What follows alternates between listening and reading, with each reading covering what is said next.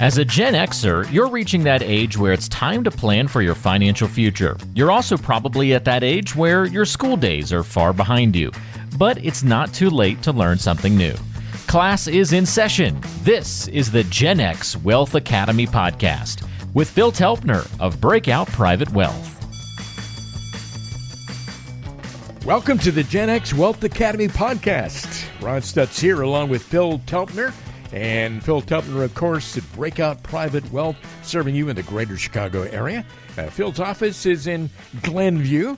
Phil can meet with clients in the office or virtually.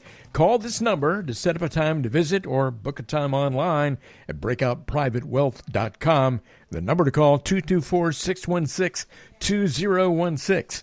We especially appreciate your joining us today for more world-class advice with down-to-earth conversations with Phil Telpner. Our topic of conversation today, an important buzzword, when and how to rebalance your portfolio. We're going to talk about rebalancing.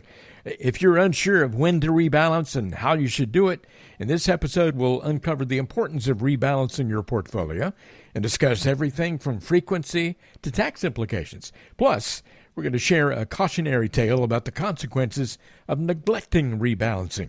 Just letting everything stay the same is not the way to make it work. Phil, if you would, explain what rebalancing your portfolio means and why it's important, and how often should you do it, or how do you know when to rebalance? How about your clients? How often do you do it? Well, that's an individual case-by-case basis. There are a lot of factors that go. First of all, let's talk about what rebalancing is.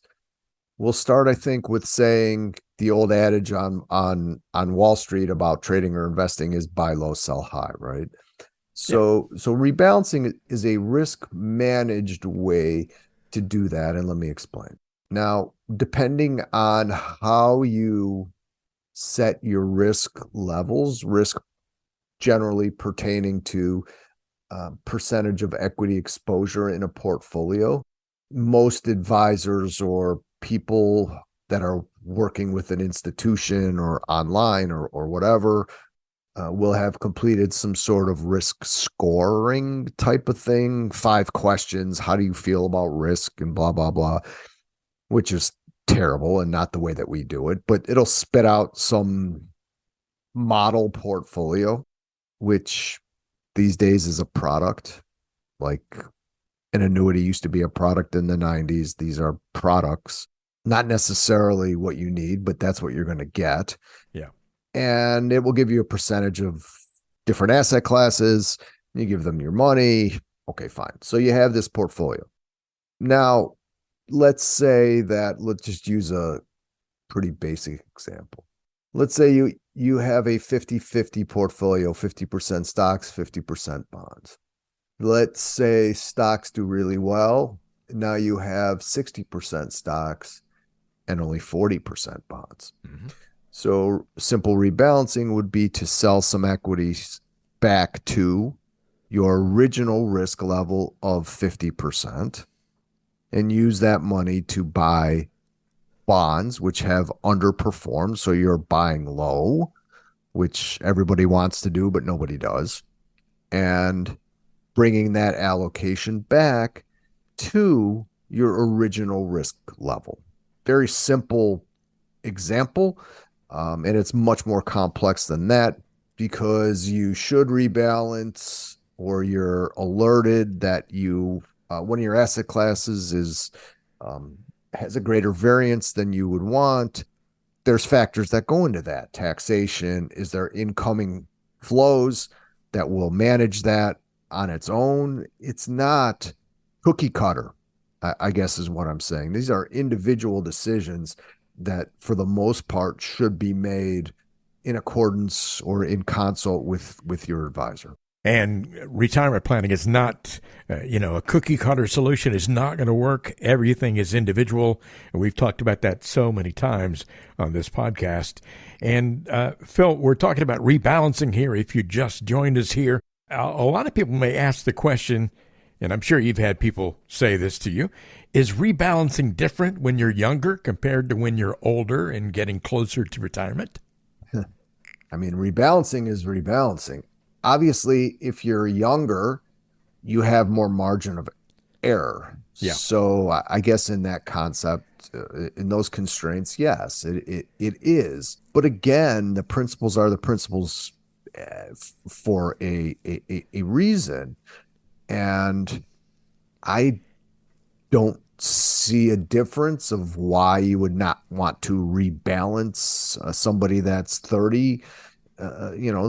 Like I said, it's individuals. So somebody's what we would look at and discuss with somebody that's in their 60s is completely different from somebody in their 30s. So Yeah. in that use case, it is different, but the math behind it is still the math behind it. Well, it's all about risk. And certainly if you're in your 30s, you have a lot more time to recover should something Correct. go wrong than when you're getting close to retirement. That could be disastrous if you have a problem then. Are there investment vehicles or tools like, sometimes we hear a lot about people using robo-advisors that you might use to rebalance automatically? What do you think about that concept? Like, I'm going to talk my book here or talk my business. There are so many things that go into it. I'm just not a fan of a static portfolio. Let me just kind of give an example here. Okay. When you'll get on first of all, the technology is fantastic, but you'll get on with one of these robo advisors and they'll ask you a series of questions. And like I said, it will give you a portfolio. Mm-hmm. Now, two things can happen. Let's just say this. Let's say on your way to the office, you got a speeding ticket, spilled your coffee all over your new suit. Sounds like one of my days. Yeah, right. So you will score different than if it's 75 and sunny. You and the dog took a great walk in the morning. You went to the gym. You had a nice breakfast. You closed a big deal on the way in the car on the way to the office. Now you're a super aggressive investor, right? Yeah.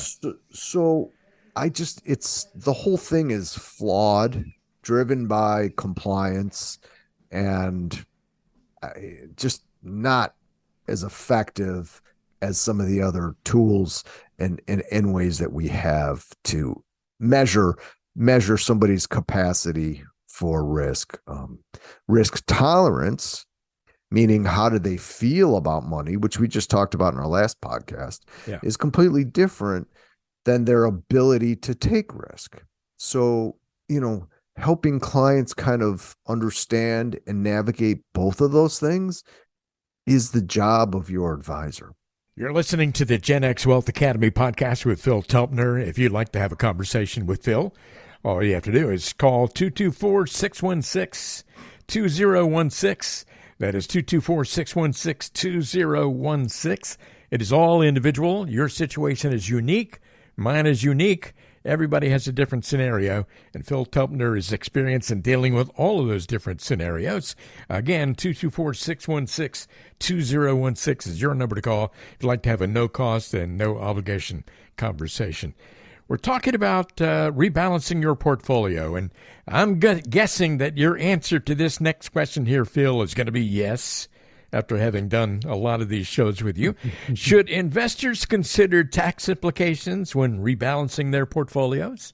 Well, you set me up. You didn't say yes as quickly as I thought you would. Well, here's why. All right. The answer is yes, but you can't let taxes, I guess, wag the dog, so to speak. Okay. So taxes are a consideration, but I would not make an investment decision only based on tax consequences, so to speak. We see that a lot with legacy positions of individual securities with a low basis, so low purchase price. Let's say somebody bought Apple in 1990 and bumped their head and woke up in 2023 and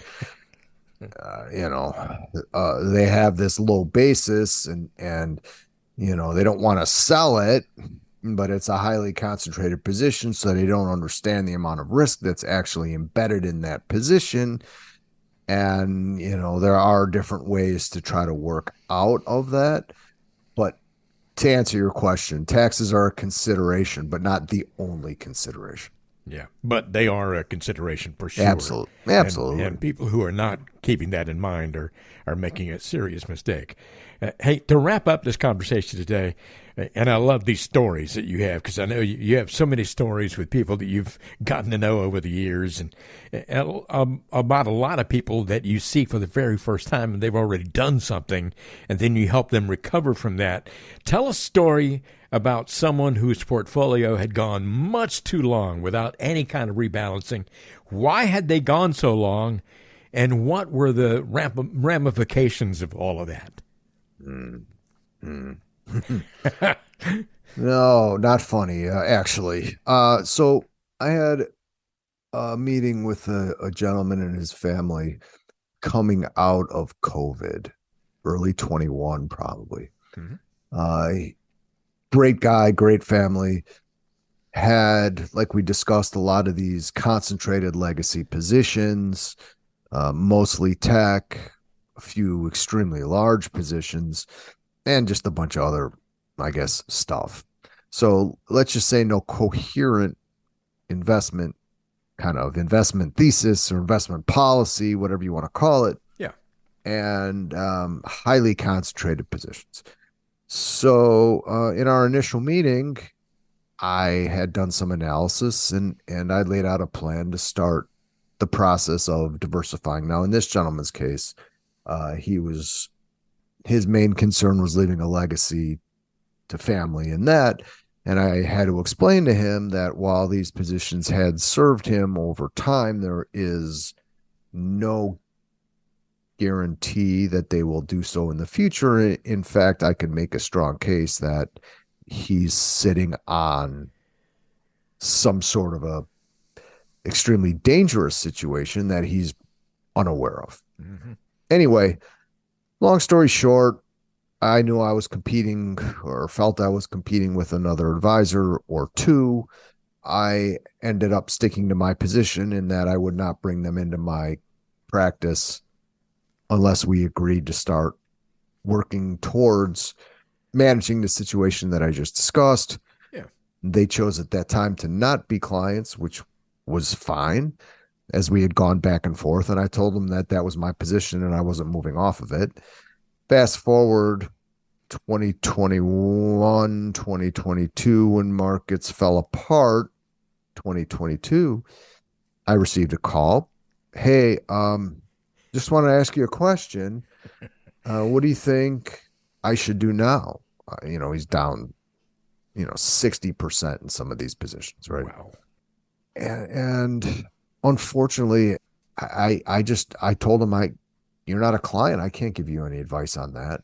And he's like, of course you were right. I'm like, I didn't want to be right.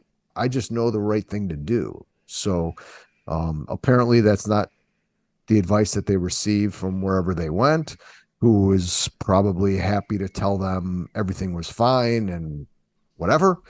And I find that to be pretty unfortunate. So yeah, that really is an unfortunate situation. Yeah. Yeah. Wow. Well, you stuck to your beliefs and your standards and did not come off of that. And turns out you were right, but you weren't necessarily interested in telling the guy, I told you so.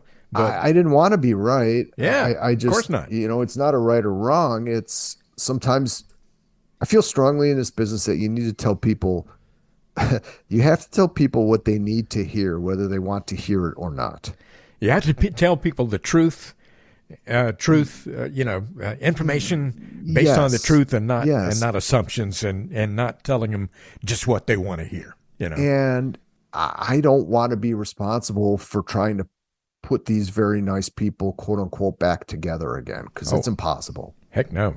Yeah. So, it's just a question of, if you're interviewing advisors, talking to advisor, or even your own advisor, you need to make sure that they're telling you things sometimes that you don't want to hear. Yeah. That's how you know you're getting a good advice, right? Yep. Hey, Phil, this is a good time to end it here because you've made some really good points today. And of course, this is the Gen X Wealth Academy podcast with unique concerns and common problems that need to be solved. The goal, of course, for everybody, I guess, is to achieve a work optional lifestyle. And Phil Telpner can help you if you're headed in that direction. Thanks for listening to the Gen X Wealth Academy podcast. And if you would like to meet with Phil Telpner, either in the office in Glenview or virtually, you can call this number to set it up, 224-616-2016. That's 224-616-2016. Or you can book a time online at breakoutprivatewealth.com. I'm Ron Stutz, along with Phil Telpner. Phil, it's been a pleasure hanging out with you today. You're the best, Ron. Thank you. We'll talk to you next time on the Breakout Private Wealth podcast. We call it the Gen X Wealth Academy podcast. Thank you so much. Breakout Private Wealth, LLC, is a registered investment advisor located in Glenview, Illinois. Today's content is for informational purposes only and does not constitute tax, investment, or legal advice. Please consult with a qualified professional before taking any action.